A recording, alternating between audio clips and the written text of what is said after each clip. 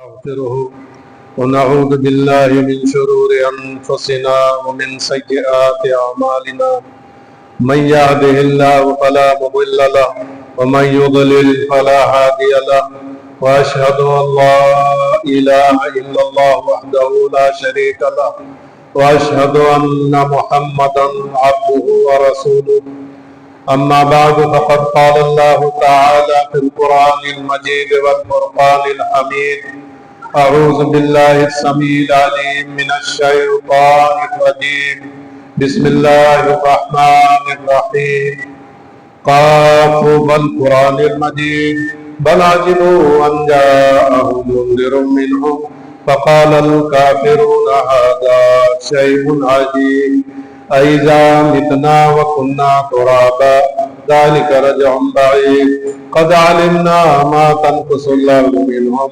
وعندنا كتاب حفيظ بل كذبوا بالحق لما جاءهم فهم في أمر مريج أفلم ينظروا إلى السماء فوقهم كيف بنيناها وزيناها وما لها من بروج والأرض مددناها وألقينا فيها رواسي وأنبتنا فيها من كل زوج بهيج تبصرة وذكرى لكل عبد منيب ونزلنا من السماء ماء مباركا فأنبتنا به جنات وحب الحصيد والنخل باسقات لها طلع نضيد رزقا للعباد وأحيينا به بلدة ميتا كذلك الخروج كذبت قبلهم قوم نوح وأصحاب الرس وثمود وعاد وفرعون وإخوان لوط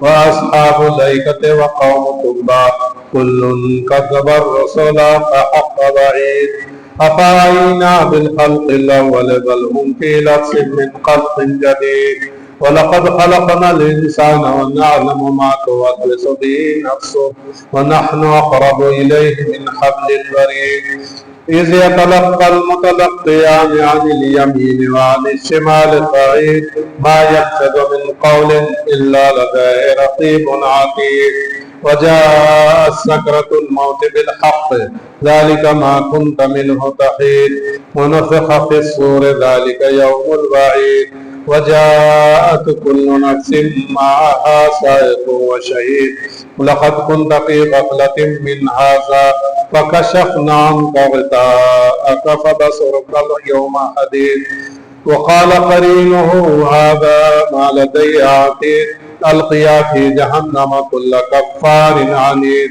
مناع للخير معتد مريب الذي جعل مع الله إلها آخر فألقياه في العذاب الشديد قال قرينه ربنا ما طغيته ولكن كان في ضلال بعيد قال لا تختصموا لدي وقد قدمت إليكم بالوعيد ما يبدل القول لدي وما أنا بظلام للعبيد.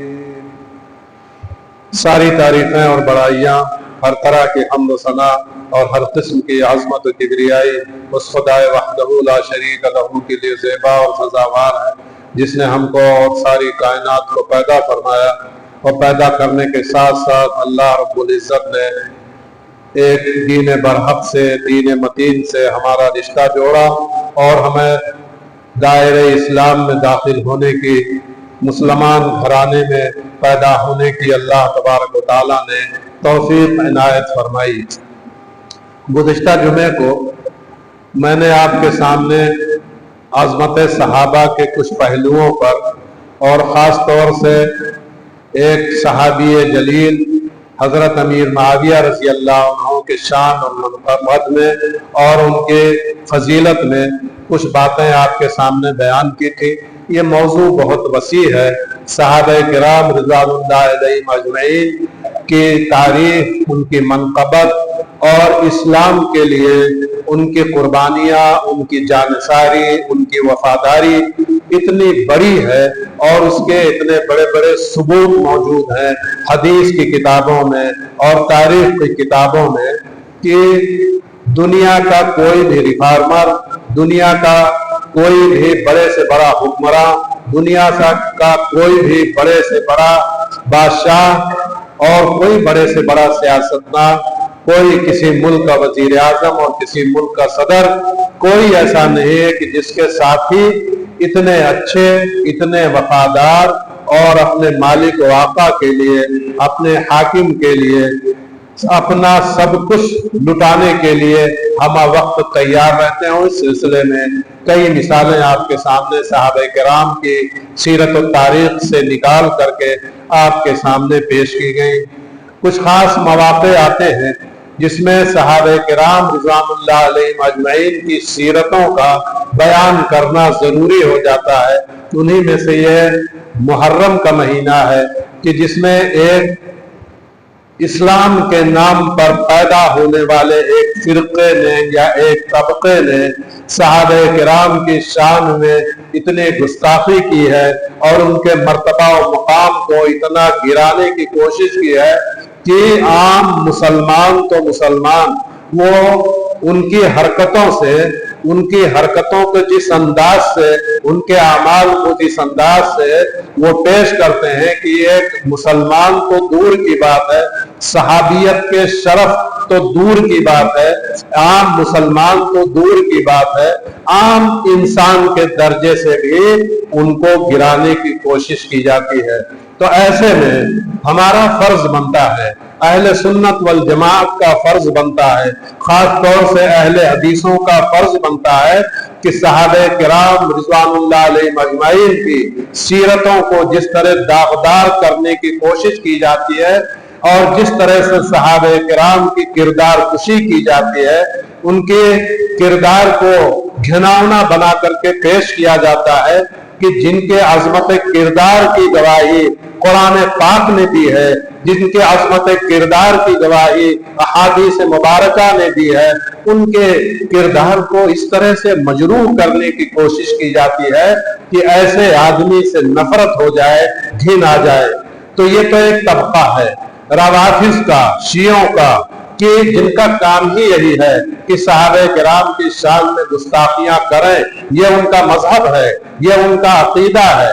ان کا عقیدہ یہ ہے کہ رسول اکرم صلی اللہ علیہ وسلم کی وفات کے بعد سارے مدینے میں، سارے مکے میں، سارے جزیرۃ العرب میں اور پوری دنیا میں ایک بھی آدمی اسلام پر باقی نہیں رہ گیا تھا۔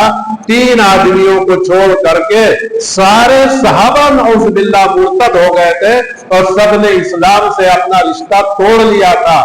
ان کا کہنا یہ ہے، آپ شیعوں کی کتابوں کا مطالعہ کریں کہ حضرت مقداد بن اسود، حضرت سلمان فارسی اور حضرت ابو ذر غفاری، صرف یہی 3 آدمی مسلمان بچے تھے، باقی سب نعوذ باللہ مرتد اور کافر ہو چکے تھے۔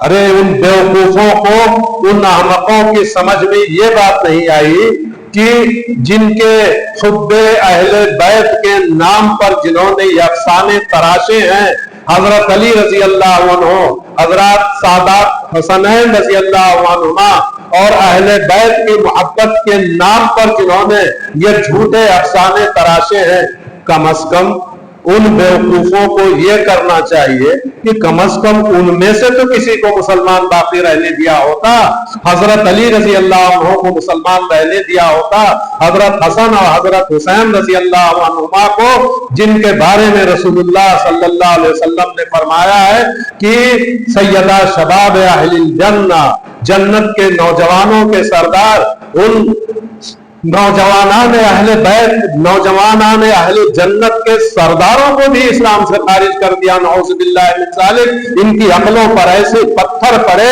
کہ انہوں نے حضرت علی رضی اللہ عنہ اور حضرت حسین رضی اللہ عنہ، حضرت حسن رضی اللہ عنہ، خلفائے راشدین رضوان اللہ علیہم اجمعین، حضرت ابو بکر صدیق، حضرت عمر فاروق، حضرت عثمان غنی، حضرت علی رضی اللہ عنہ اور عشرہ مبشرہ، جو وہ 10 صحابہ جن کے بارے میں رسول اللہ صلی اللہ علیہ وسلم نے اپنی زندگی میں اور ان کی زندگیوں میں ہی ان کو جنت کی خوشخبری دی ہے، کسی کو کئی بار دیا ہے، उन लोगों को भी काफिर बना दिया इन लोगों ने, उनको भी मुर्तद बना दिया। अरे इन बेवकूफों की समझ में ये बात नहीं आती कि मुर्तद होने के बाद वो जन्नत में कैसे जाएंगे। मुर्तद की सजा तो इस दुनिया में ही कत्ल है, और उसके बाद वो जन्नत में कैसे जाएंगे। तो या तो उनकी बात दुरुस्त है जो उनको मुर्तद और काफिर गर्दानते हैं, और या तो रसूलुल्लाह सल्लल्लाहु अलैहि वसल्लम की बात दुरुस्त है जो उनको जन्नत का मकीन बनाते हैं। अब ये फैसला मैं आप पर छोड़ता हूं, अपने आप पर छोड़ता हूं। क्या इन बेवकूफों की, इन रवाफिज की, इन शियों की बातें दुरुस्त है, या रसूल अकरम सल्लल्लाहु अलैहि वसल्लम की बात दुरुस्त है, जिनकी गवाही कुरान पाक ने दी है, वमा यंतिकु अनिल हवा इन हुवा इल्ला वह्युन यूहा। ये हमारा नबी नफ्सानी ख्वाहिश के तहत कोई बात नहीं करता, हवाओ हवस के तहत कोई बात नहीं करता। जो बात कहता है उस पर हमारी मुहर लगी हुई होती है। इन हुआ इल्ला वह्यु यूहा। तो रसूलुल्लाह सल्लल्लाहु अलैहि वसल्लम ने तो खुलफाए राशिदीन को और उनके अलावा अजिल्ला सहाबा को, 10 सहाबा को जन्नत का मकीन बताया। हजरत हसन और हुसैन को नौजवानान अहले जन्नत का सरदार बताया, और इन शियों और अवाफिज ने उनको ही दायरे इस्लाम से खारिज कर दिया। तो क्या इसका जवाब देने की जरूरत नहीं है? मैं समझता हूं कि उनका जवाब देने की जरूरत तो हरगिज नहीं है, लेकिन हम अहले सुन्नत वल जमात में से एक तबका भी नहीं कह सकते हैं, चंद अफराद ऐसे पैदा हो रहे हैं हमारे समाज के अंदर, मुस्लिम समाज के अंदर, और जो पढ़ा लिखा तबका है वो दावा कर रहे हैं कि शियों की बात दुरुस्त है। नाउज़ुबिल्लाहि मिन ज़ालिक। हजरत अमीर माविया रज़ी अल्लाह अन्हु को गुमराह करार देते हैं, उनको इस उम्मत का फिरौन बताते हैं, और उसके अलावा उनके दीगर सहाबे किराम की शान में गुस्ताखियां करते हैं। हजरत अमर इब्न आस, हजरत मुगीरा बिन शोबा और हजरत उस्मान गनी रज़ी अल्लाह अन्हु, और इस तरह से अजिल्ला सहाबा और इस तरह से अशरे मुबश्शरा की शान में गुस्ताखियां करते हैं। तो ये हमारे ऊपर ये फरीजा आयद होता है कि उन सहाबा की शान को और उनके मर्तबे और मुकाम को हम वाज़े करें।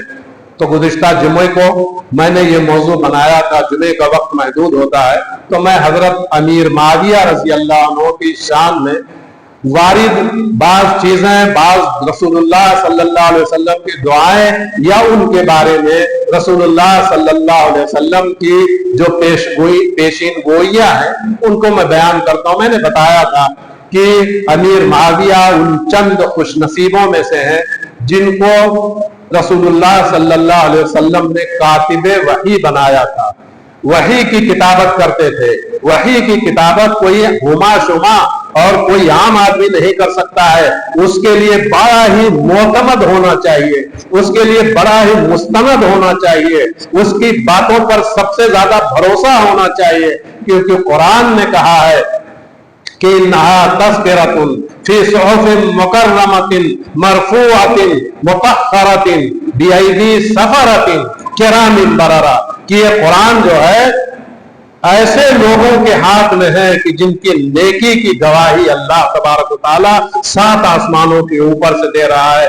जो मोतमद हैं, जो मुस्तनद है, जो नेक हैं, जो मुत्तकी और परहेजगार हैं, इन नेक लोगों में हजरत अमीर माविया का शुमार होता है। गोया कि इनकी नेकी और इनके तकवा और तहारत की गवाही कुरान पाक में अल्लाह रब्बुल इज्जत ने 7 आसमानों के ऊपर से दी है।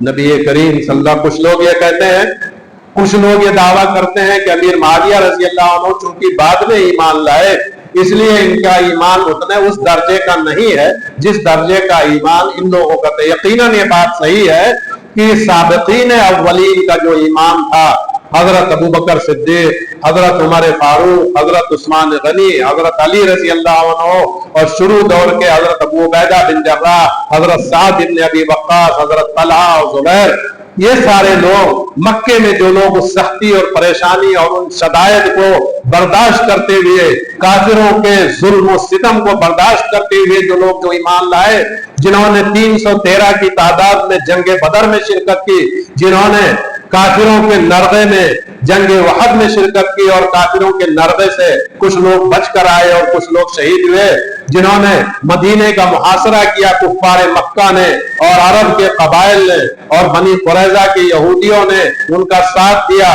और उस परेशानी की हालत में जिस परेशानी का नक्शा कुरान पाक ने खींचा है और जिसमें सूरह अहज़ाब में कुरान पाक ने कहा है कि उनके दिल उछल करके हलक में आ गए थे और तुम तरह तरह की आजमाइशों परेशानियों के शिकार हो गए थे। ये सारे लोग जो ईमान लाए, ये सारे लोग जो शुरू दौर में ईमान लाए, उनका ईमान बदरजहा बुलंद है। जो ईमान बाद के लोगों ने फतेह मक्का के बाद जो लोग दायरे इस्लाम में दाखिल हुए उनके मुकाबले में, ये बात सही है अपनी जगह पर, लेकिन शरफ सहाबियत जिस आदमी ने ईमान की हालत में रसूलुल्लाह सल्लल्लाहु अलैहि वसल्लम को एक नजर देख लिया और उनको रसूलुल्लाह सल्लल्लाहु अलैहि वसल्लम के साथ हम कलाम होने का शरफ हासिल हो गया, वो सारी कायनात के अंबिया और अंबिया के बाद सारे कायनात के तमाम इंसानों से बेहतर है।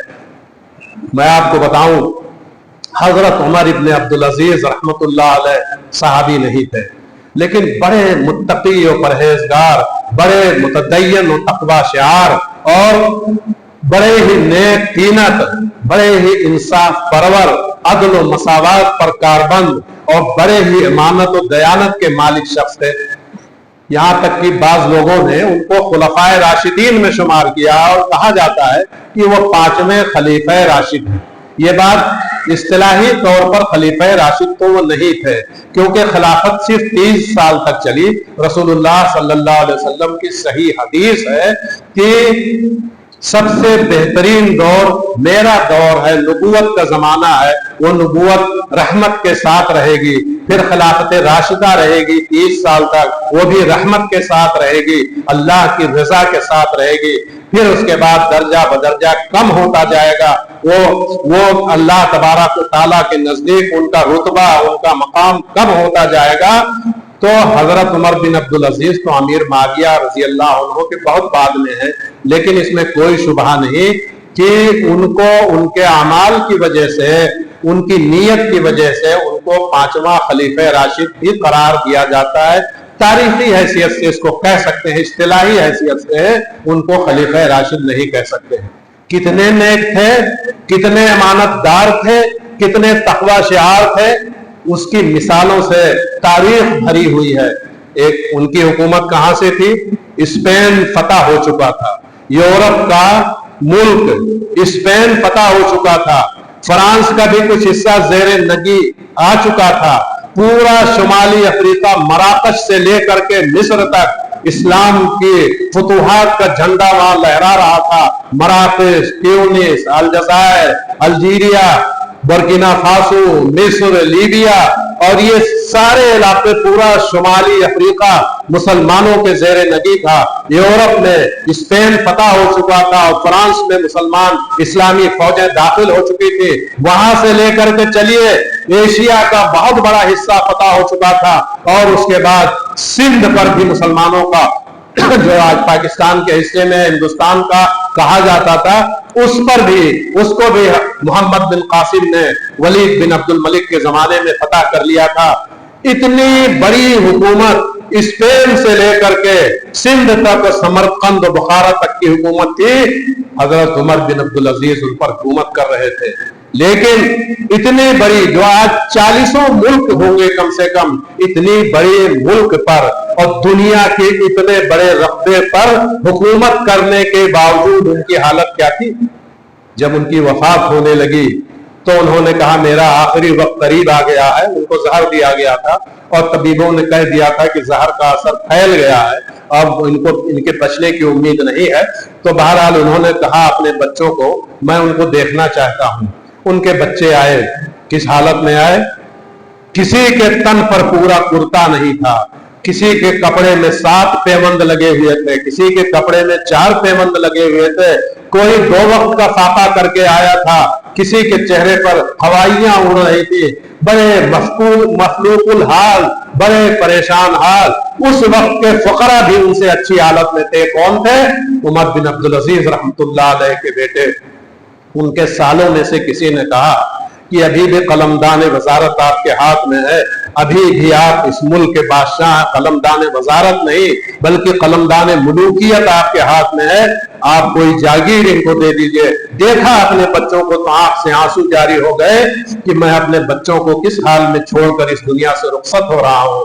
तो उनके साले ने कहा, एक साले ने कहा कि अभी भी आप बादशाह हैं, अभी भी आप खलीफा हैं, इनके लिए कोई जागीर वक्त कर दीजिए, अपने बच्चों के लिए कोई वजीफा मुकर्रर कर दीजिए और इनको अच्छी हालत में छोड़ करके जाइए। कितना मिला था आप जानते हैं? एक एक लड़के को 12-12 दिरहम।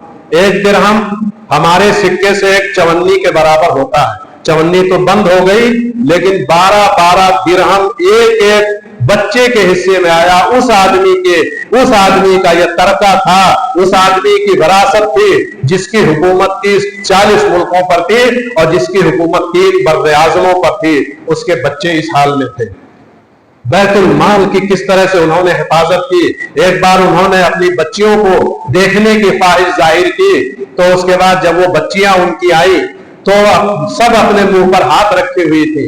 तो उन्होंने कहा, बेटी तुम अपने बाप के पास आई हो, तुम अपना मुंह क्यों छुपा रही हो?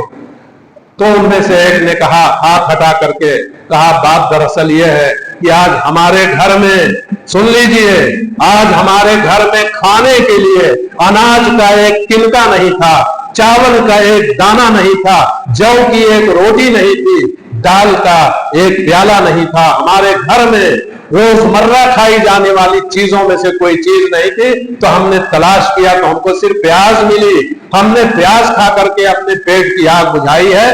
तो इस वजह से, इस डर से हम अपने मुंह पर हाथ रखे हुए हैं कि उसकी बदबू आपको परेशान न करे। कौन बाप ऐसा है कि जिसका जिगर कट नहीं जाएगा? कौन बाप ऐसा है जो अपने बेटियों की ये हालत देख करके तड़प नहीं जाएगा? अमीरुल मोमिनीन हजरत उमर बिन अब्दुल अजीज रहमतुल्लाह अलैह, वो भी बनी उमैया के खलीफा थे। आज ये इन रवाफिज के हाँ में हाँ मिलाते हुए अहले सुन्नत वल जमात के बाद बड़े दानिश्वर किस्म के लोग ये कहते हैं कि बनी उमैया ने मुलूकियत की बुनियाद रखी। वो भी मलिक थे, वो भी बादशाह थे, लेकिन बड़ी बड़ी खिलाफतें जिनकी हुकूमत पर नाज करें, जिनकी अमानत और दयानत पर नाज करें। तो उमर बिन अब्दुल अजीज बड़े ही नेक थे। एक बार बुलाया अपनी बच्चियों को देखने के लिए, तो जो उनकी सबसे बड़ी बच्ची थी वो नहीं आई। तो उन्होंने गिना अपनी बच्चियों को, तो कहा मेरी बड़ी बेटी क्यों नहीं आई? तो उनमें से एक ने बताया कि हमारे तन पर तो किसी न किसी तरह से कुछ आधा तिहा कपड़ा है, लेकिन हमारी जो बड़ी बहन है उनके तन ढकने के लिए उनके पास कपड़ा नहीं था, तो बेपर्दगी के डर से वो बाहर नहीं निकलती है, किसी एक गोशे में है। कौन बादशाह? बड़े बड़े जमहूरियत के दावेदार लोग कहते हैं कि इसमें सारे इंसान बराबर हैं, जमहूरियत में बराबर हैं। एक वजीर आजम, एक सदर ममलकत और एक मामूली आदमी बराबर हैं। इस जमहूरियत की तुम दावत देते हो कि वो मुल्कियत बहुत सारे फसाद की जड़ है, वो मुल्कियत जिसकी बुनियाद अमीर माविया रजी अल्लाह अन्हु ने रखी थी। बात जरा दूर चली गई, हजरत उमर बिन अब्दुल अजीज के बारे में बताने लगा तो वो इतने नेक, इतने खुदा तरस, इतने पारसा और अमानत और दयानत की इतनी अजीम मिसाल थे।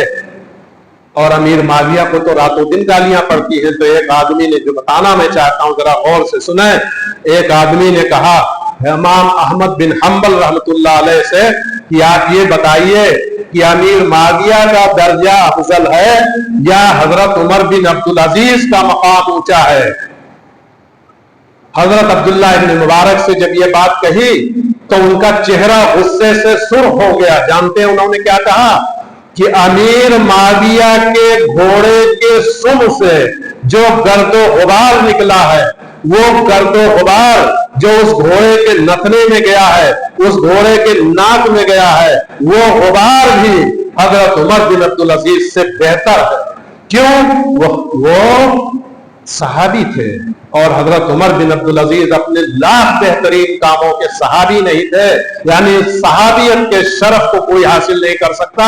और यही बात जब किसी ने हजरत इमाम अहमद बिन हम्बल रहमतुल्लाह अलैह से दरिया, इमाम अहमद बिन हम्बल रहमतुल्लाह अलैह ने कहा कि ऐसे आदमी से सलाम व कलाम रखना जायज नहीं है, ऐसे आदमी से बोलना जायज नहीं है, ऐसे आदमी से कोई ताल्लुक रखना जायज नहीं है जो एक सहाबी के मुकाबले में बाद के किसी आदमी को सामने लेकर के आता है।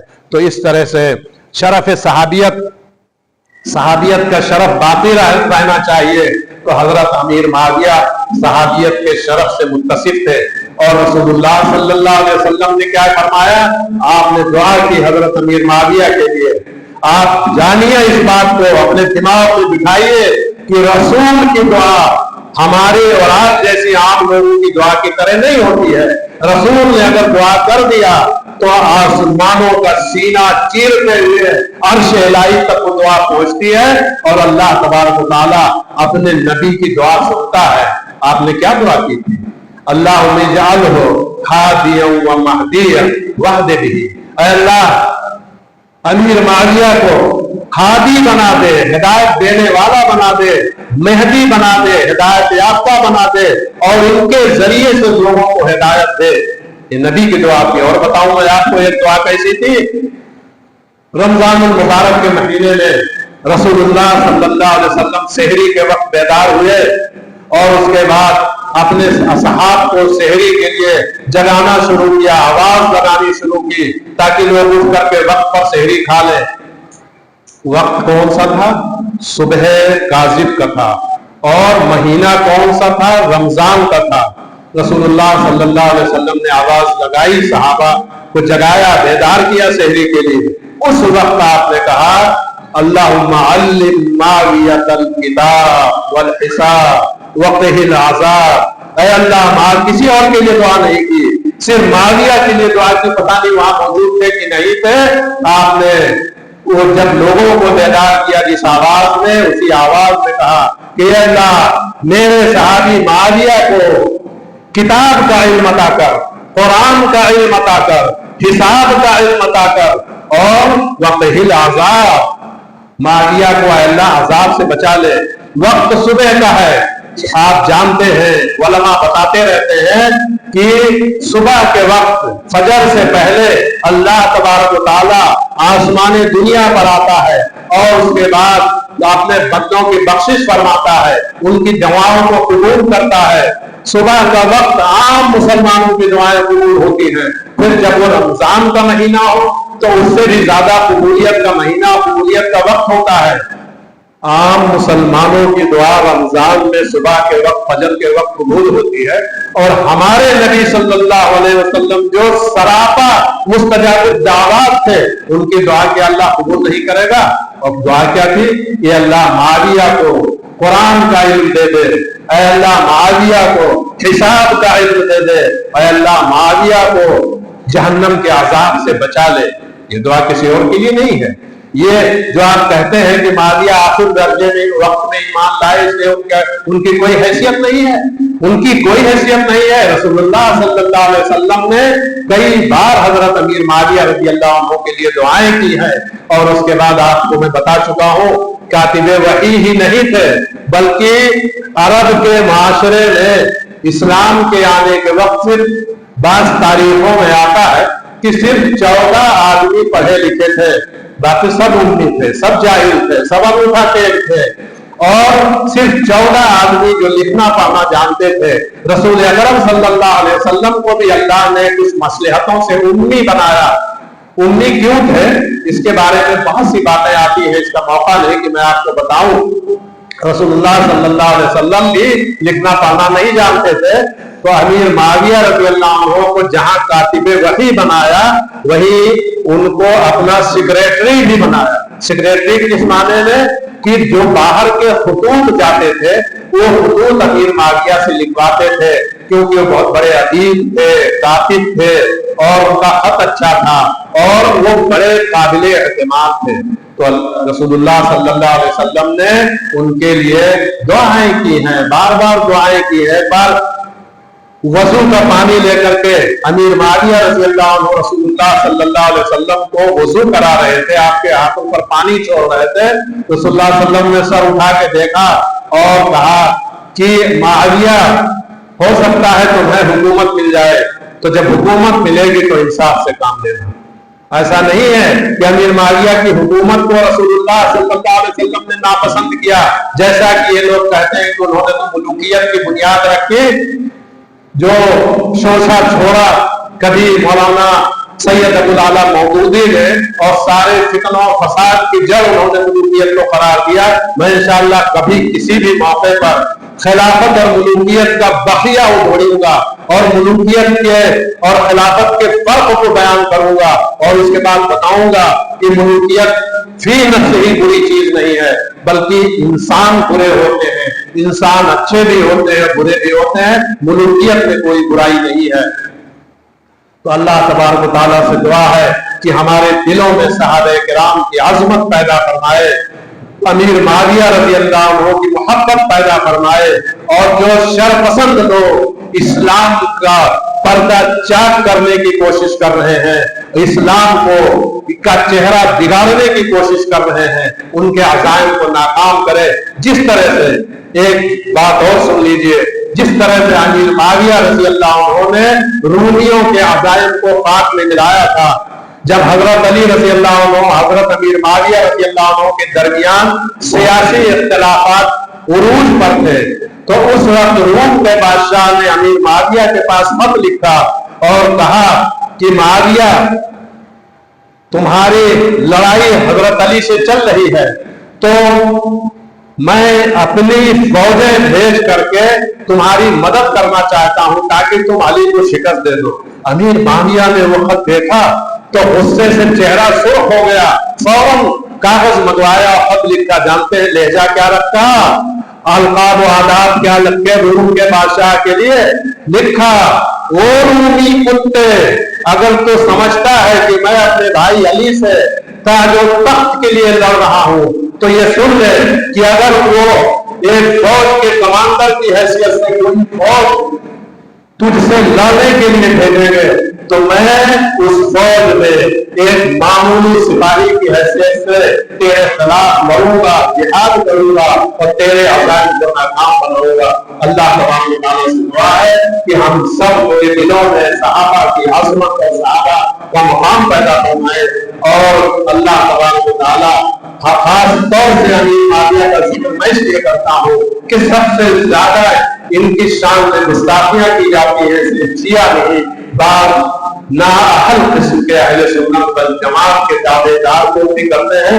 تو اللہ تبارک و تعالیٰ امیر معاویہ کی شان کی حفاظت فرمائے اور ان کے مرتبے مقام کو باقی رکھے, ہمارے دلوں میں سارے صحابہ کی محبت پیدا فرمائے. وآخر دعوانا الحمدللہ رب العالمین. بارک اللہ لنا ولکم فی القرآن العظیم ونفعني وإياكم بالآيات والذکر الحکیم. انه تعالی جواد کریم ملک بر رحیم.